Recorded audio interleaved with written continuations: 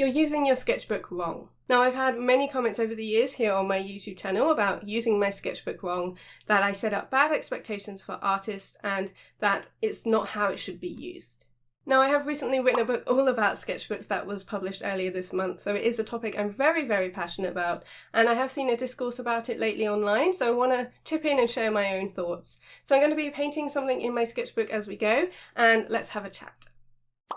So I'm going to be using mixed media in my sketchbook today, and you're going to see me using all of these different supplies to paint a spread in my watercolour sketchbook. I'll leave a link to the supplies I'm using down below, but let's talk about the different ways we use our sketchbooks to start off this chat. So obviously you can use sketchbook any way that you like, and that's definitely what this video and what my whole philosophy with art is all about. You can use your sketchbook as a scrapbook, you can paste things in, put little notes in, you can have your ramblings and written words in there as well as your doodles and unfinished scrappy little sketches. I used to use my sketchbook in this way, and I used to tape in different bits of paper when I was working outside of it, and I put in little notes and little playful things with typography and lots of unfinished work. You can also use your sketchbook for more finished paintings, which is generally how I use my sketchbook, and that's why a lot of people tell me I'm using it wrong. To them, sketchbooks are for the unfinished work and for the little bits of pencil work and sketches and thumbnails and doodles and playing around with composition and things like that.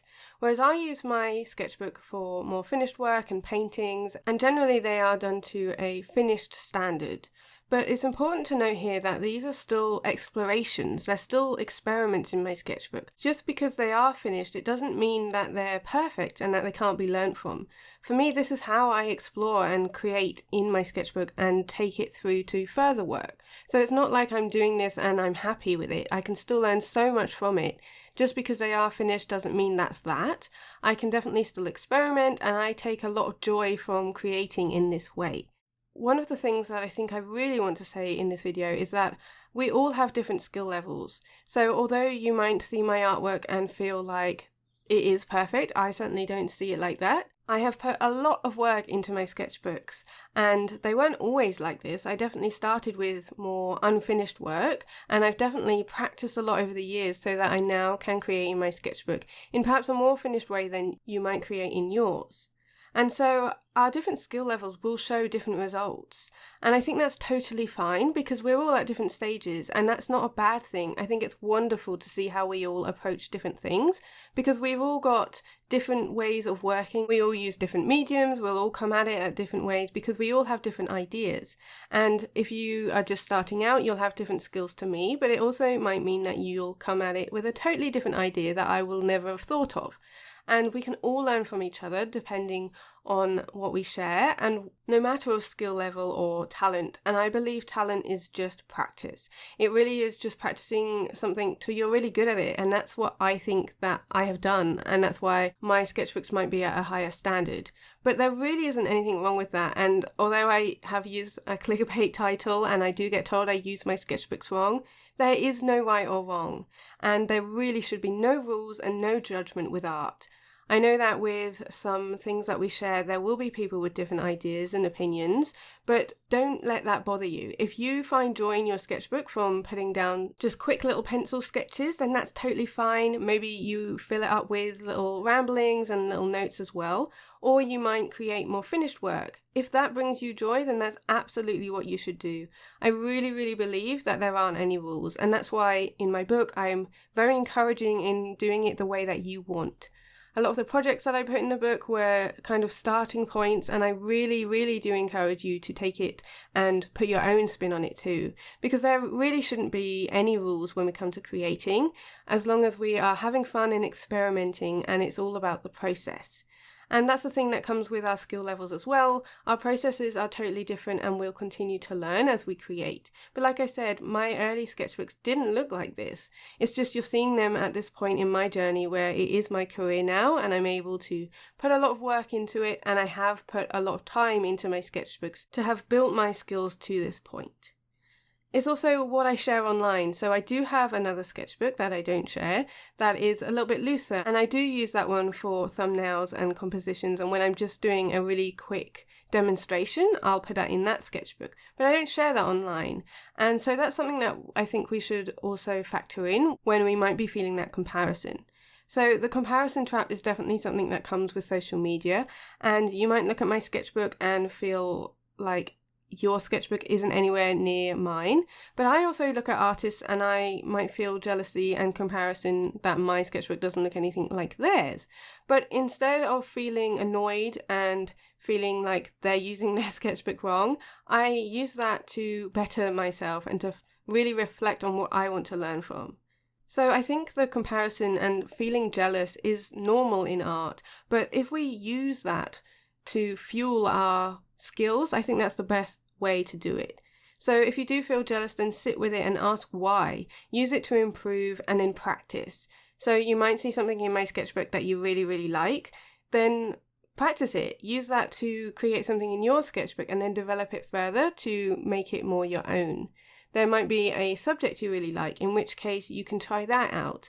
But we can really use these feelings to enhance our skills and get to where we want to be. And it's one of those things like with style where it's going to be a constant evolution, but in a good way. It's really good to practice, and we can use these ideas and inspirations that automatically we might compare ourselves to, but I think to use that in a good way is to enhance our skills and really practice in our own sketchbooks and find our own style. A lot of the comments when I do get told I'm sharing my sketchbook and creating in it wrong is mostly to do with expectation. So I understand that a new artist might feel a little bit daunted when they see my sketchbooks, but I do want to really clarify that this has come from years and years of practice and experimentation. And obviously I can't undo that, so I'm going to share my sketchbooks as they are now and with my skill level as it is now, because I can't take that away. But it's important to remember I didn't start here. I do have sketchbook tours on my Patreon where I shared some earlier sketchbooks, but generally I don't share that online because I've moved on from that now and my skill is now a lot higher because I have put in a lot of work and a lot of effort. And I understand that there is expectations and it does feel a little bit difficult, but like I said, I think we can use those feelings to really get better at our work and really improve. I also know that I share my work online, so I'm open to getting these opinions and sometimes criticisms for the way that I work. But one of the biggest things that I really, really think is important with art is, like I said at the beginning, there is no right or wrong. You might not agree with it, but it doesn't mean it's wrong. So you might prefer to have a sketchbook that's more of a working sketchbook, so it will be less finished and more undone. And that's totally fine because we're all different people and we're all different artists. But that doesn't mean that someone doing it differently is wrong. It's just different. And so if your work is totally different from mine and your sketchbook is less finished, then that's absolutely wonderful, and I think that's really great to see that we all work so differently and that no one's sketchbook is going to be the exact same. We're all working at different skill levels, different ideas, different experiments, but just because mine is more finished doesn't mean it's wrong, and just because yours is maybe more sketchy and finished work, that doesn't mean that's wrong either. I know they are called sketchbooks, and so you'll expect more sketches, but for me, sketchbooks still allow me to have that freedom, and I love working in sketchbooks, which is obviously what led to the book, but I really find that I can be free with it, and so even though these are finished and I spend a longer time on them, it doesn't mean that a sketchbook isn't still a sketchbook for me. It still feels like I can be free. It's just I tend to sketch with paint first, or I don't generally put down my lines first, which you might think of when you think of a sketchbook. And that's just the way that I work, and I absolutely love it. And I find my joy in it. So depending on what brings you joy, I think it's really important to find the way that you work in sketchbooks. And just because it's different doesn't mean it's wrong. So I really want to encourage that. If you've made it to the end of this video, please don't stop creating just because it doesn't look like mine or anyone else's.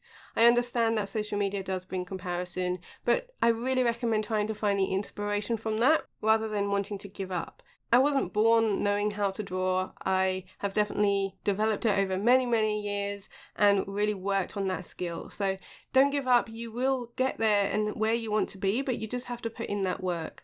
And you might not want your sketchbooks to look this finished or have paintings in it, which is totally fine. You can just do it how you want to do.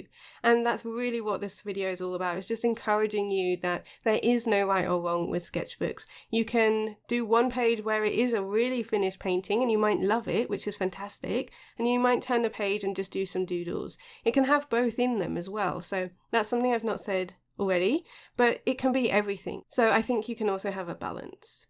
The other thing is, obviously, I do share my work online, so as I said before, there is some comparison there, but also you don't have to share your work online at all, and that might feel better for you, especially if you feel like you're comparing a little bit more. You can keep it personal and continually create in there, and never share it if you don't want to. But it's important to factor this all in, as we are all on the internet, and I just want to really share that you can create however you want, and please don't let it affect the way that you create.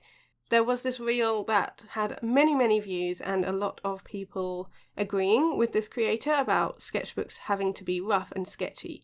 But you can have that and you can have a finished one. It really doesn't matter as long as you find the joy and it doesn't hurt anyone. And so you can do it however you would like.